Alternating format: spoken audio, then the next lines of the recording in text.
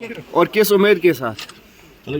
آج تو میں آپ کو معلوم ہے کہ ساؤتھ کشمیر میرا اپنا وطن ہے اور بجبیارہ میرا آبائی گھر ہے یہاں، اور یہاں میرے والد کے جو ہے ان کا مزار بھی ہے.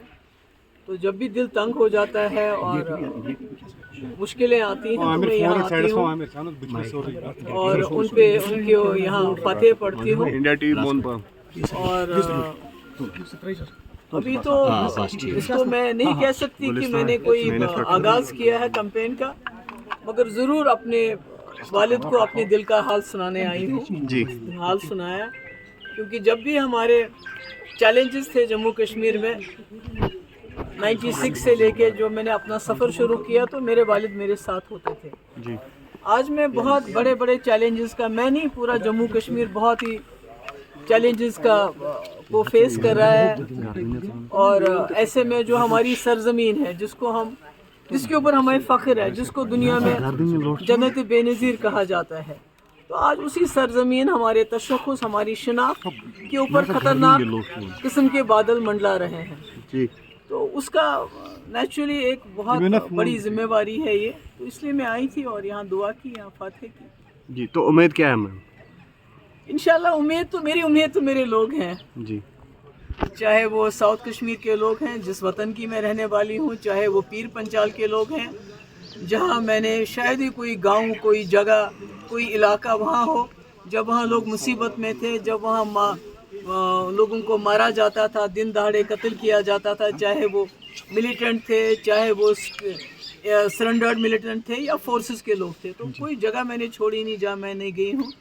اور میں نے کوشش کی ہے جب بھی ہمارے لوگوں کے اوپر تکلیف آئی ہے تو میں نے کوشش کی اپنے حساب سے، کوئی میں بہت طاقتور انسان نہیں ہوں پر اپنے حساب سے میں نے کوشش کی کہ میں ان کے ظلموں کے خلاف آواز اٹھاؤں.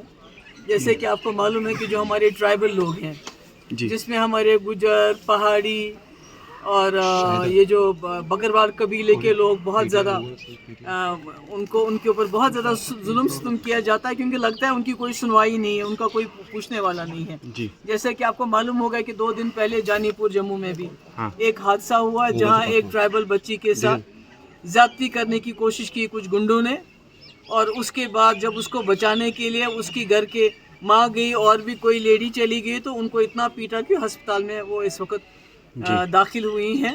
اور پولیس نے ایف آئی آر درج کرنے کے بجائے وہ کاؤنٹر ایف آئی آر دینا چاہتے ہیں. تو میں سمجھتی ہوں یہ ساری مشکلات، یہ سارے جو ظلم ہے اس کے خلاف میں نے وقتاً فوقتاً میرے پاس کیا ایک آواز ہی ہے وہ اٹھائی ہے. تو میں سوچتی ہوں کہ جموں کشمیر کے لوگ بالخصوص جو میرے اپنے وطن کے لوگ ہیں، میرے غلام شاہ پادشاہ رحمۃ اللہ علیہ کے علاقے کے لوگ ہیں، وہ اس بات کی قدر کریں گے اور مجھے میری آواز کو طاقت دیں گے.